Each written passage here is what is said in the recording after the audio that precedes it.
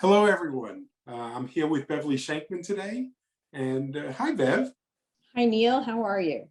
I'm doing great. I'm looking forward to this. Good.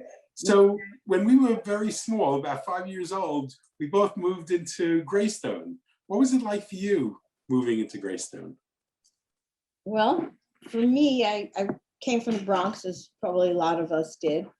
Me And too. yeah, and we moved to what we considered was country, actually. We were mostly in the Bronx, sidewalk and an occasional tree in a park. And so we arrived in Greystone and we decided to move there before they actually completed the construction. And so we had to walk the plank in order to get to our apartment. And we were surrounded by mud, like 2 feet deep of mud. And that was probably the most fun. We didn't care if they never put the sidewalk in. So we, clomp along these planks. Most of the time, we wouldn't fall off, most of the time. But, there was always an occasional slip.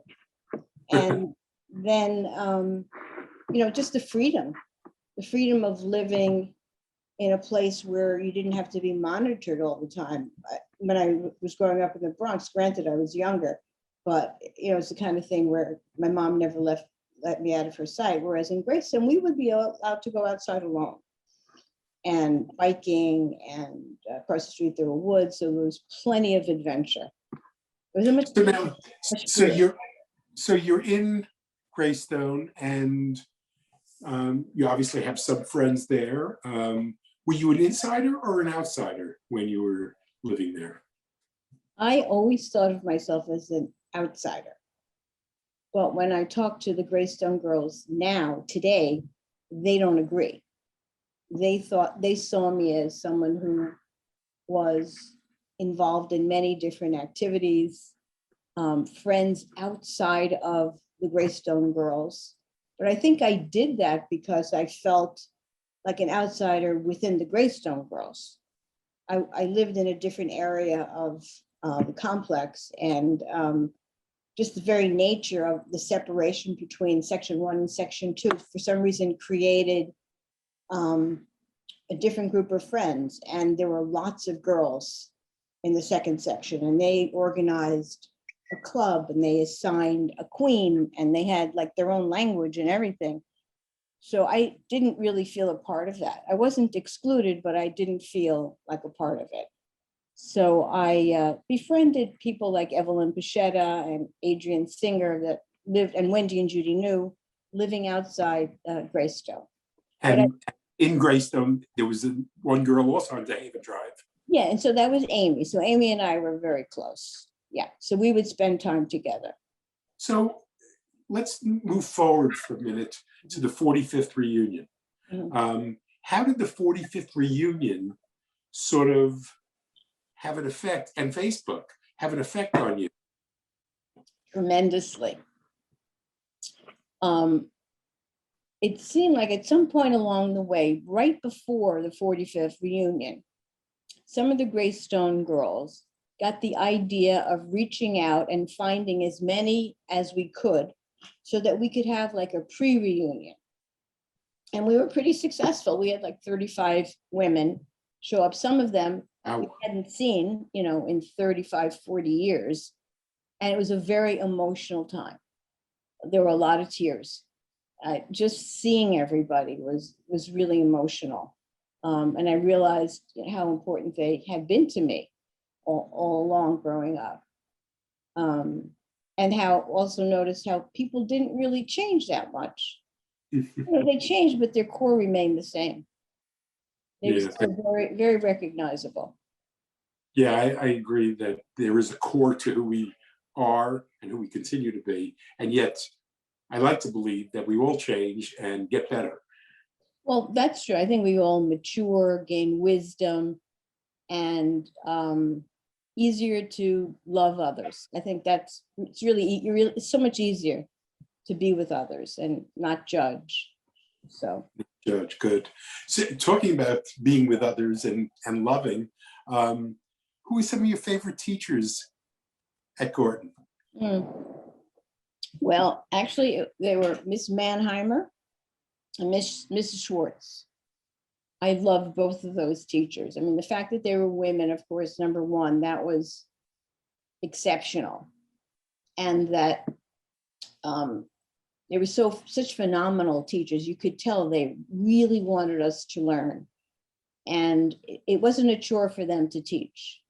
This was their passion.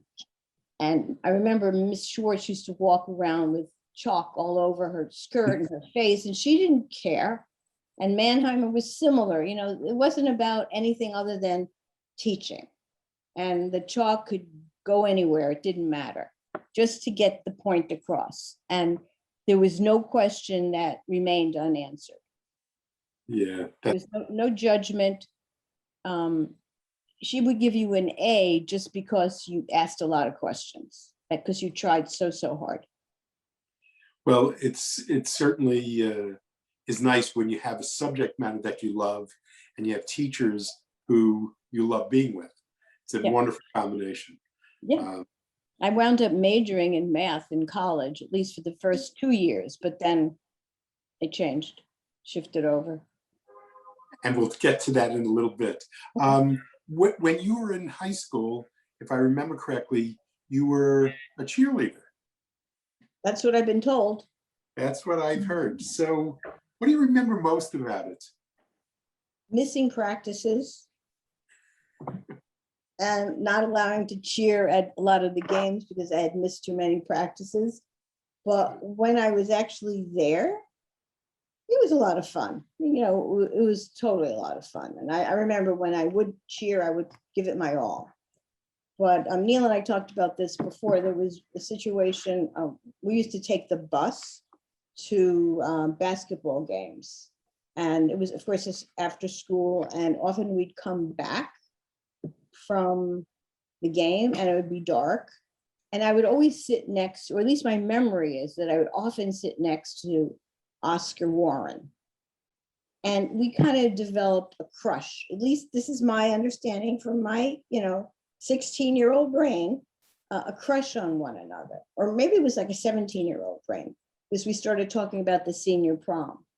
And we both agreed that wouldn't it be great if we could go to the prom together? And isn't it too bad that we can't? And, that really stuck with me. I just remember that exchange, and it was, even then, it was really touching and extraordinary. And I guess I understand that we weren't strong enough to break through that, but I wish we had been. It's interesting. I would like to believe that people aren't still experiencing the same thing, but somehow I have a feeling in many parts of our country that still is an issue, and an unfortunate one, that people are saying, oh, I wish I could do this for whatever set of reasons with this other person. Now I will. I mean, now, I've come to my senses, of course, and I don't care what other people think. Yeah, that's the nice thing about being our age. Right. I mean, you care to a little extent, but for the most part, what makes you happy is really important. Now, you ended up becoming a psychologist, and you now work for a health advisory business. What are your goals? What were your goals? Well, when I worked as a psychologist in a hospital for persistently mentally ill, and I worked in different capacities. I worked inpatient, outpatient. I worked for forensic psychiatry for about 5 or 6 years. And, but all the clients I worked with were persistently mentally ill, which means without medicine, they would not function. They'd not be able to function. And even with medicine, some of them were not able to function. And some of them would never be released from the hospital. The forensic ones fell into that category. And now the people you work with now? So now, then I retired and I took off a couple of years, and then I started working for a friend of mine who runs a health advisory group. And now I work with the opposite population. These are people with high net worth, and most of them just need advocates. Whether it's because they've just had a new diagnosis, a cancer diagnosis, and they don't know where to go, they don't know what to do. And even if they did, they are completely overwhelmed by all the details. and they have nobody. So I assist in those kinds of ways. So it's interesting because I know about 25 years ago, you got divorced. And did somebody help you get through it, or how did you get through it? Yeah. So I was telling Neil, we talked about this question earlier, and the first thing that came to my mind was patience, because it was god awful.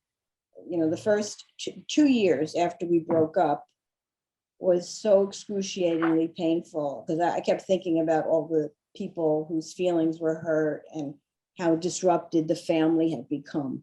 We both had lost so many people that we cared about. And so then also the patience, and then after just kind of letting it settle in my head, after about 2 years, I felt relief. I felt free of that sadness and depression. And also we both put our daughter first, Tess. And we kept thinking about her well-being, her welfare, and that was all that mattered. You know, we didn't want to sustain anger toward each other. We didn't want to do anything that would interfere with her ability to grow and thrive and lead a healthy life. So, And she's a wonderful person. And if people see you at the 55th reunion, they should ask you about Tess, because it's all sorts of good stuff. yeah. What advice would you give people, or give yourself, or wish you had gotten when you were younger? Oh, I wish my family would have been more pushy. Like, they were always satisfied with, it's good enough, they would say to me. But Mom, I gotta be, oh, that's good enough. So I wish they would push me along a little more academically. And then also, I'm really sorry that I didn't join like Mr. Foley's acting class, or the yearbook club, or the choir, or the chamber music, whatever, the orchestra, all those things. I feel like, why the heck didn't I do that? So that puzzles me, and I wish I had done that. Now, if you were going to have a dinner with anybody, who would you want to have dinner with? Yeah, well, my first thought, oh, like, what celebrity, what famous person, and then like that would be lovely, but I don't think it would have the meaning that I often thought, like, why can't I have lunch with my mom and dad? Just one lunch. I'm not asking, I'm not being greedy. I just want one lunch with my mom and my dad, just to check in, see how they're doing. And yeah. And let them hear about you. And one of the things that I hope everybody has heard today is just how well you are doing. And this is very exciting. And I'm looking forward to having those stories elaborated upon when we see you at the reunion in June of 22. I really look forward to that. Thank you. Yeah, this is